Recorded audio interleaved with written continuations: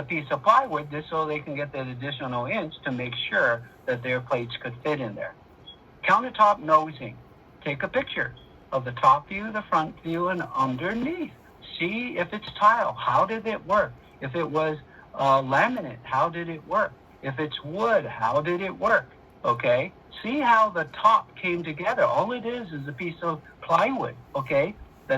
And then the tile usually will go over it. And then you might want to even check how thick it is. When they did tile, you usually did a setting bed. The tile with a setting bed is minimum 1.5 inches, okay? Pretty thick. Kitchen sink, what kind of a sink, okay? You have under counter, metal rimmed, or drop in. Under counter is like when you have a quartz top, marble, granite, okay? The sink goes in first, and then the cutout on the top goes over it, so it's considered an under counter. A metal trim, you actually see a trim closing the gap of the sink.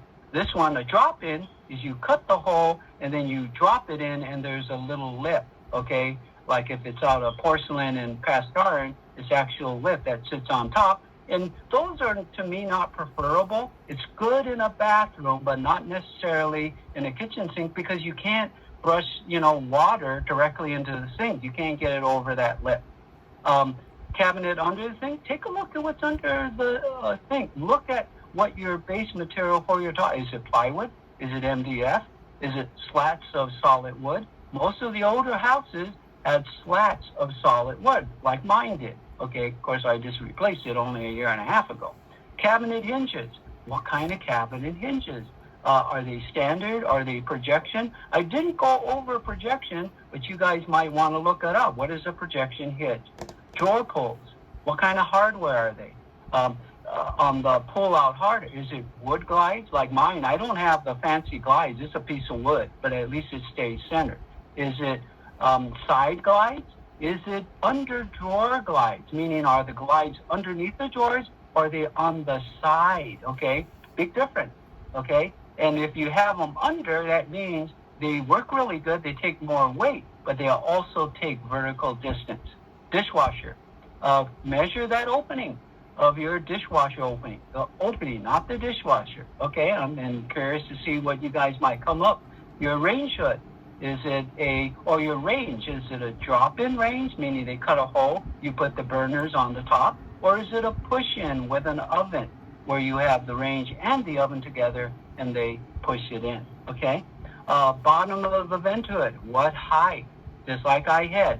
And actually, I have it to above the counter, but really it should be above the floor, but you can check it above the counter or the burner, okay? Everyone's gonna have a different answer there. Wood base. What kind of wood base? What height is it? Okay, some of them are high, some of them are standard, like mine, at 1.5 or 2 inches. And then your toe kick. How deep is the code? How deep is it? How high is it? Just so you guys can see how kitchen cabinets are put together.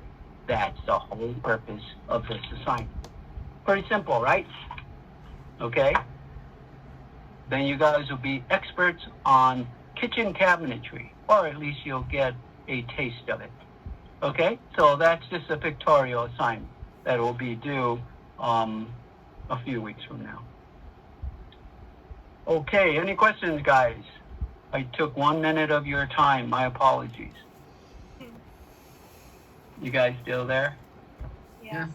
Okay, so I'll tell you what. If anybody wants to talk to me about your templates, send me a text, and then I'll get back to you. I'll try to find slots tomorrow afternoon sometime, okay? But I do have to prepare for my 170 class too, so hopefully I should have enough time to address if you guys want to go over your templates. All right? Do you want us to text you or go through the phone so you can set just text me that say you're interested to talk, and then I'll try to find time slots, and I'll say, is this time good for you? Is this time good for you? And try to fit whoever wants to talk to me within a reasonable time. Does that make sense? Well, you tell me when you're available. Does that make sense? Say, Mr. K, I'm available about this time. Can we go over whatever, both templates or whatever? Yeah. Okay. Okay. Okay. Mr. K, Mr. All K, right, guys. Yes. can I ask you one question about the kitchen plan and interior elevations checklist? Yeah. Yeah. Yeah. Number Mm, 101, what do you mean by filler shadings and dark? Okay. Here, let's take a look. Um.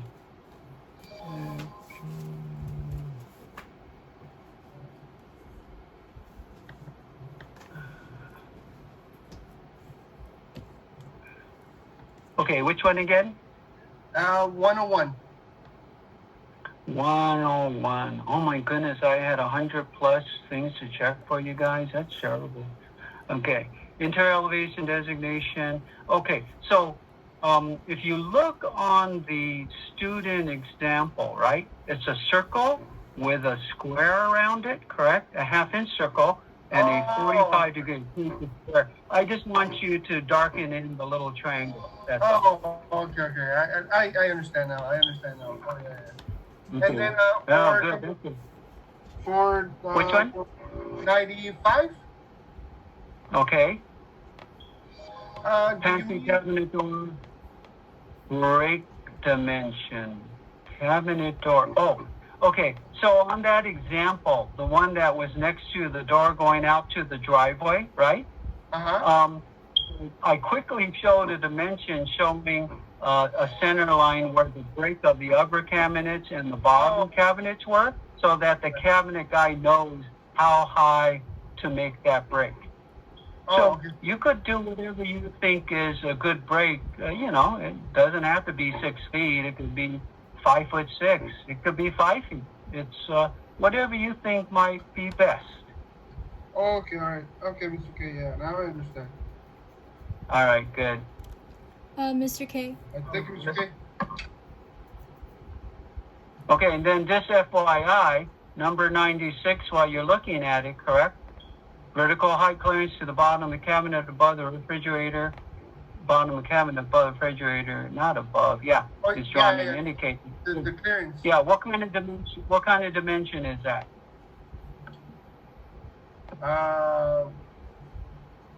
What do you mean? AFF. Right? Oh, yeah. AFF. Okay. Yeah, and I think I have that probably under notes. Probably over here someplace. Yeah, I've seen it on the other one, but yeah, this one makes a Oh, reference. yeah. Number 100 Yeah, 130. Yeah. Okay, sounds good. Yeah, I wonder why I have this stupid line right here. Oh, well. Oh, my goodness, look at it. I printed it where I didn't put the number in. I'm going to have to reload that up. And look at the whole thing is off. What the heck? All my symbols and everything. Okay, I got to redo this guy and get it back to you guys because the spacing is all off. But anyway, maybe I'll do that. Mr. K. All right. Mr. K. Yes? Is it too late for me to Yes. ask about quick questions of the foundation plan, or do I just ask you that tomorrow? Mm-hmm. No, that's fine. You can ask me now. I just feel bad if I'm holding you guys over the actual class time, but I'm here. I'm not going anywhere. Okay. But go ahead. Okay, I wanted to ask, what did you mean by correctly directionally locate the pier supports? Number 38? Yeah, What did correctly. Directionally. Yeah, what the? Yeah, let's look at the question. Let's go back to the checklist. Hold on. Yeah, well, that sounds pretty bad. I don't know. I'm gonna go. Who wrote that? Oh, that's another. See, see, this is why I was supposed to do this in PDF. I don't.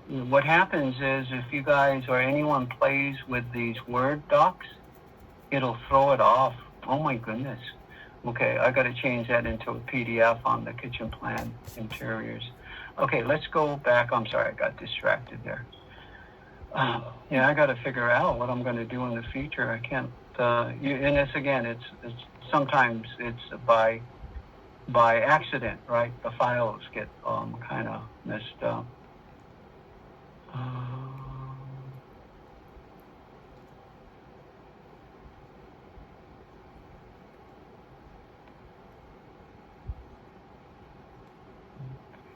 Okay, which number is it, Number Caitlin? 38.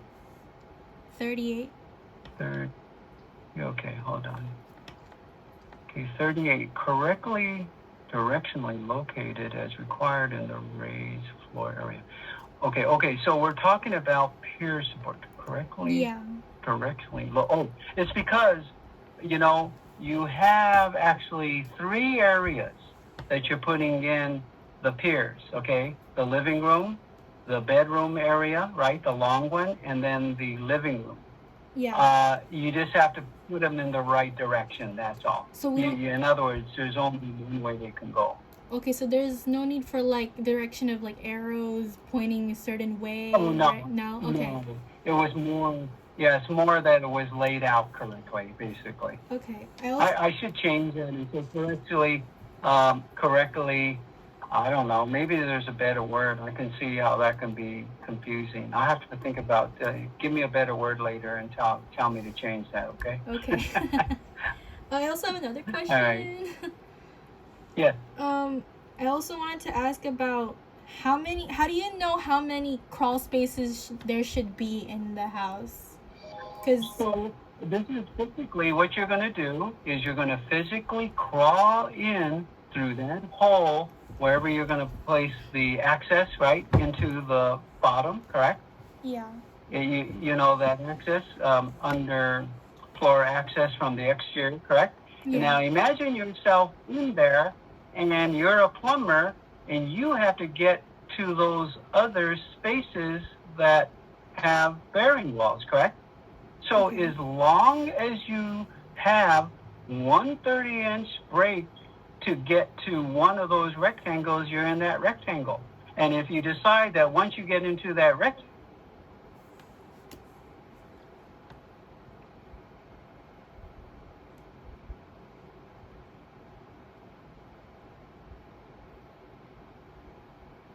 goes at a different route, then you do that. But you only need one. You need one to at least get to the other, or one just to get into each one of them, not 2. Does that make sense? Okay, so at minimum just one crawl space opening, like Just one? Yeah. there's no need. Yeah, just one opening just to get into the space. Okay. Once you're underneath, you can put it anywhere. Okay. And then I also have a last question. Sorry. That's okay. You can ask all the questions you want. What did you mean by T-footing juncture? Okay, which one is that? I did not write down the number, but it was something along the lines of the footing, something. T-footing juncture.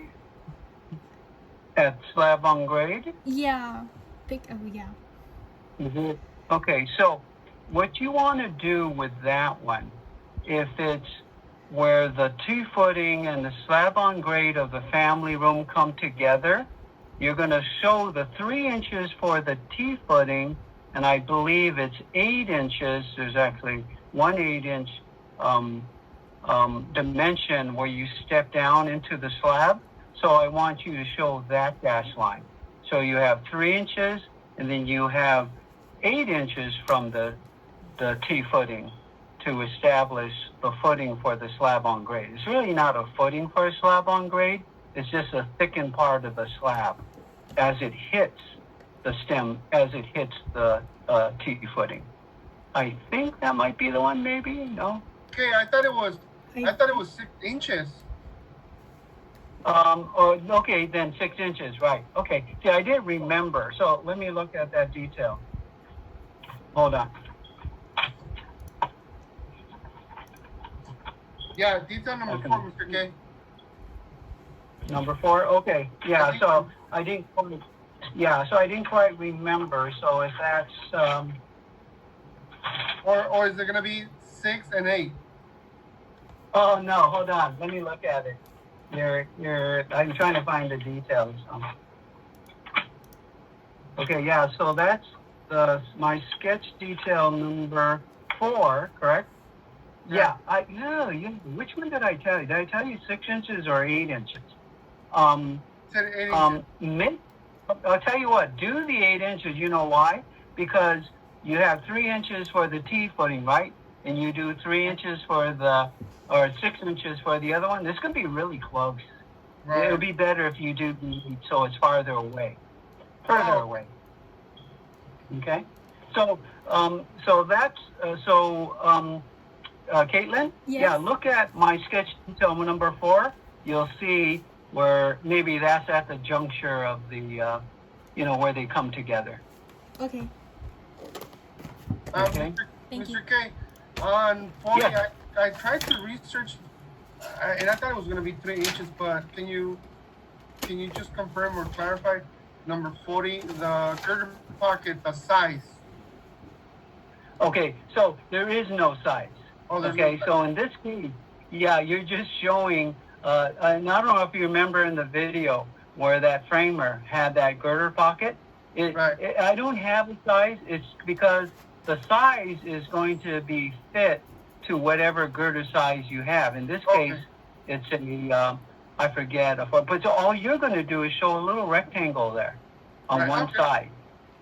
Yeah, and then just call it girder pocket. And then your center line is just going to go into that little pocket. That's all. Right.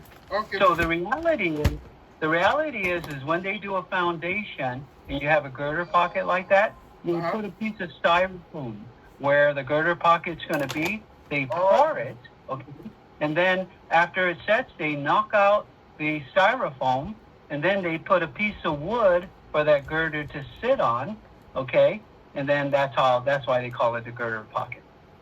Okay. All right. Thank you, Mr. K.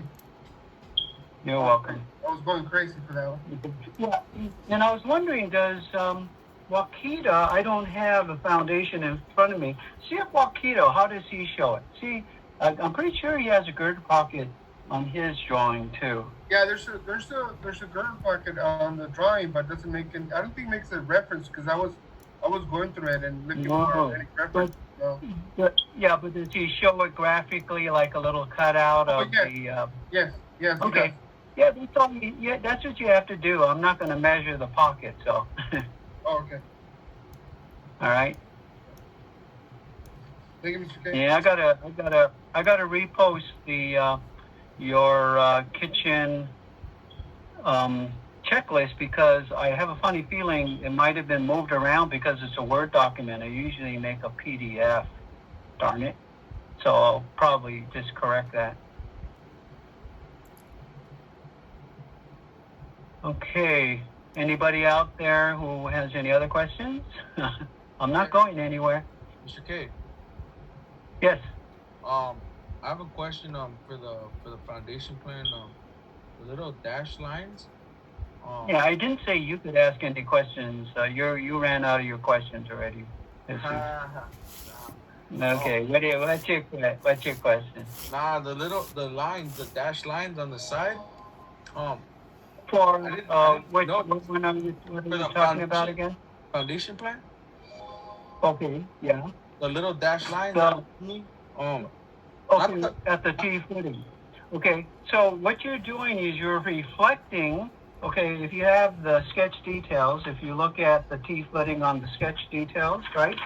uh, Your T footing is 1 foot wide on the bottom. You have a 6-inch stem, and the T is actually 3 inches and 3 inches. So that's 3 inches plus 6 inches equals 12 inches. The dashed line is at 3 inches on each side. oh, okay. Yeah. And then what about the lines, that are like the dash lines that are sticking out? I forgot what it was called. Yeah, but where? Like on every oh man, how do I explain it? Like if you, I don't know if you have the foundation. I mean, Which one? From the foundation from the lecture? yeah. Okay. Here. I'm gonna have to dig it up. Hold I on. think it's called the four dowels. What's it called? Dowels? Yeah. Dowels, yeah. Okay. Yeah. Oh. Number 4 dowels. Yeah, number 4. 16 inches on center, 32 inches long. Mm-hmm. How does that work? Because I didn't take notes. Okay, so yeah, look on Wakita, okay, on the Wakita handout, Uh-huh. and you put that wherever a slab is going to be hooking up to the footing. Okay, so for instance, if you have a concrete patio, say you lay out a concrete patio on the back, you will have this rebar sticking out of the foundation so that it can set into that patio so the concrete slab doesn't separate from the from the resident foundation. Oh, okay. Okay. Okay. Yeah, so look at Wakita. Okay, it's shown on Wakita. It shows it at the entry concrete stoop, and then it shows it on the patio on the top of the page. Okay, at 16 inches on center. Yeah. Okay, number four, I think rebar at 16 inches on center, 32 inches long. And then on the entry, okay, he only shows it right where the entry door is, right? When you go into the entry door, I usually kind of show it also on the left so that it's tied in on the two sides. Okay, so that way it can't move the other direction either. If you're going to have to look at the plan and you'll see. I don't know if you have that Wakita plan in front of you. Yeah, I'm looking at it right now. Okay, you see that on the Wakita plan? Yeah. Okay, so I just said in the lecture, it's not shown on Wakita, but also show the rebar on the other wall too at the entry there, so that you have it just under the entry as well as the other direction. So it really ties it in there. It could be overkill, right? But I think it's a good thing to do. Okay. All right. All right. Thank you. Mr. Okay. K. I have another Yes. question. Is it possible to put, or is it proper to put a girder pocket close, like nearby to a step down? Or would that be like, Okay. or do they only apply to exterior bearing walls? Which is this Brianna? No, this is Caitlin still. I'm still here. Oh, Caitlin, you sound like I was going to go. Geez, you changed your voice. Okay, so what was your question in regards to the girder pocket? Do you do what?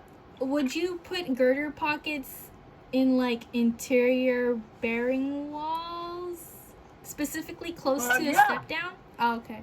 Yeah, you can. You can? Okay. The girder, as long as you are going to go to a bearing wall all the time with a girder pocket, because you figure you're taking a little bit of weight of cutting off the joist, right? So there's weight coming on the girder, and on one end it does have to transfer. It's like the other detail that's holding some of the weight. That girder pocket is still carrying a little bit of weight, so you want to have that go to the bearing wall on each end. So. But what about a girder pocket that's like close to a step down? Is that still possible, or is that bad? I don't want to say bad, but is that? It's okay. Yeah, even where the step down is, you figure where the step down is, all it is a wood step down.